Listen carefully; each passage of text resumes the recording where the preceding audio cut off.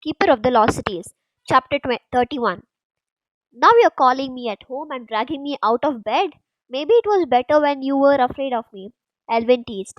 His smile faded when she showed him the blackish purple blisters on her hands. How did you do that? I was just trying to bottle the light from Elementine. Elementine? He pulled a small pot from his satchel and spread a thick green salve over the burns. Never heard of it. I told you it wasn't real, Dex said. But I found it, she insisted as Elvin sprinkled purple powder on top of the salve. The scope got really hot when I flipped the latch, and it burned me. Elvin wrapped his hands with thick blue cloth. I've never heard of that happening. It's always an adventure with you, Sophie. I'll give you that. The annoying part was she couldn't argue. Why did weird things keep happening to her? Is that helping the pain? Elvin asked. Yes, thanks. Good. He poured a bottle of youth over the cloth, soaking it through. Did you bottle the light? I don't know. In all the chaos, she hadn't bothered to look. I'll check it. Dex ran over to the scope, which was still where Sophie had dropped it. There's something in it, but it's weird. Don't touch it, Elvin ordered. Last thing I need is another patient. Sophie hung her head. I'm sorry I woke you. Don't worry about it. Gives me a good story to tell tomorrow. She sighed. Marilla and Keith were going to have a field day with this. Elvin unwrapped her hands. The blisters were gone, but the skin was red and raw. He stroked his chin. That should have worked better. It doesn't hurt anymore. That's because the salve numbs you. I'm going to have to make a stronger balm. Wait right here. She nodded miserably. Where would she go?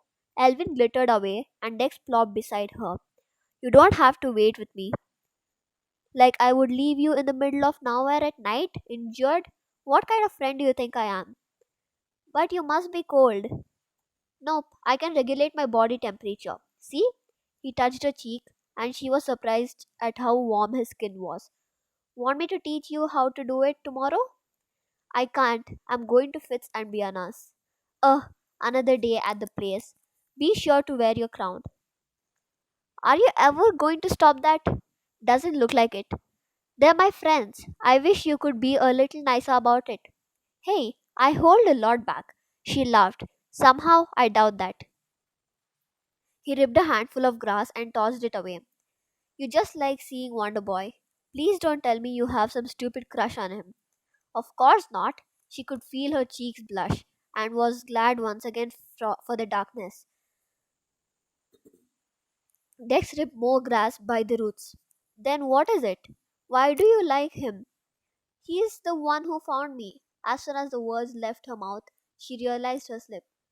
Dex stiffened. That's a story you haven't told me. I know. She tried not to talk about her past. It brought up too many questions she didn't have the answers to. There's a lot you don't tell me, isn't it? Isn't there? Like your session in the level 4 wing. It's not remedial studies, is it? He waited for her to deny it. She didn't. What do you really do there? I can't tell you. Does Wonderboy know? She sighed. Yes.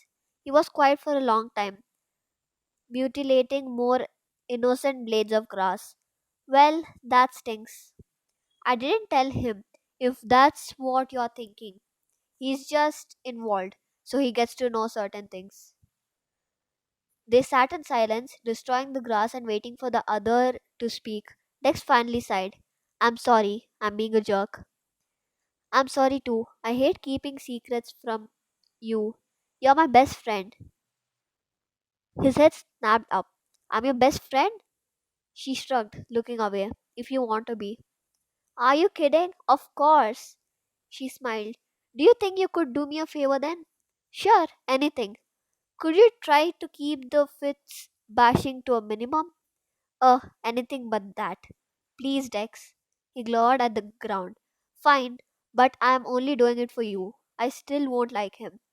She smiled at his stubbornness. Thank you, that means a lot. Light flashed in front of them and Elvin reappeared, clutching a pot of ointment. Okay, let's see those hands again.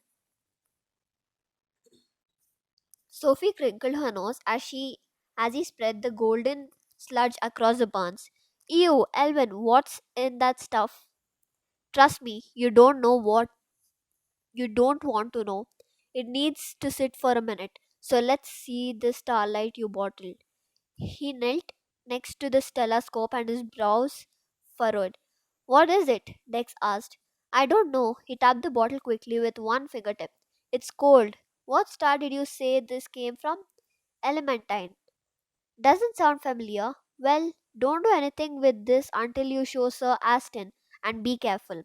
He gently removed the bottle from the scope and handed it to Dex. Then he wrapped the bottle in one of his rags and tucked it in Sophie's bag. He checked Sophie's hands again, and this time the burns were totally gone. Thanks, Elvin, she mumbled. That's what I'm here for. You guys okay now? Yep, we are going home. Good, good.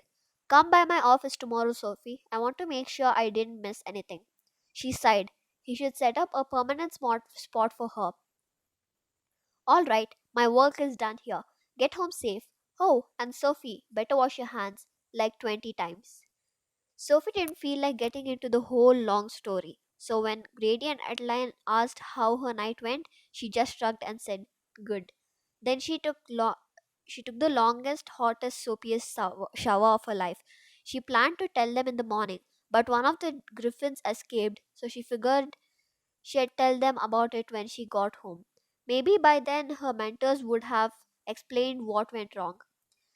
She got to school early to stop by Elvin's office discreetly. He was pleased with the healing but made her drink sour medicines just to be safe. She had planned to ask Sir Conley about the strange starlight during elementalism, but he had her bottling flames, and she almost caught her cape on fire twice. He gave her a thick, boring looking book on fire catching to read before finals. Stupid cape. The worry caught up with her in the cafeteria. It seemed she was the only one who had any problems with the Starlight assignment, which did not bode well for her grade. It didn't help as it didn't help that as soon as she set out her bottles, Sir Aston frowned. Where's your 7 star? She bit her lip. She had been hoping he wouldn't count. Something weird happened. The telescope burned me when I bottled it. His eyes widened, but he shook his head. No, that's absurd. It couldn't be. Do you want to see the bottle? I think there's something wrong with it. But you tell me.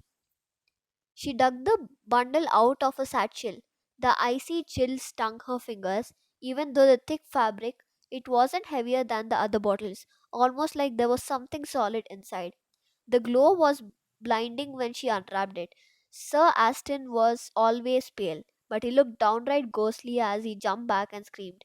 Don't move! She froze. Should I wrap it back up? I said, don't move. I need to think. He started pacing, mumbling incoherently. Okay, will you please tell me what this is? You're freaking me out. He laughed darkly. Have you ever heard of quintessence? The fifth element. I thought that was just a myth. I'm sure what you've heard is a myth, but the element is real. Quintessence is light in its truest, most powerful form. Under the right conditions, that little bottle could blow up this whole building, or worse. She gulped. What was worse than blowing up a building? What do we do? I have no idea. He wrung his hands. How did this happen? I don't know. I was just trying to fit the pattern. The pattern was metals. The stars on the list have metallic toned lights. You should have bottled something bronze or brass, not this. He gestured wildly at the bottle. Her cheeks flamed. Not that now that he mentioned it, the pattern did seem pretty obvious. I'm sorry, for some reason I thought I needed to find elementine. He froze. Where did you learn that name? I don't know. Probably from one of those star maps I memorized. No, Sophie, I never taught you that name. No one teaches that name. His voice was hushed, barely audible. That explained why Dex and Elvin had never heard of it. But I had to learn it here, she insisted. How else would I know it? I have no idea. Elementine is one of the five unmapped stars. Only the counselors know their exact locations, and no one is allowed to bottle their light. He swallowed loudly. You have broken a very serious law, Sophie. This will merit a tribunal to decide how you should be punished.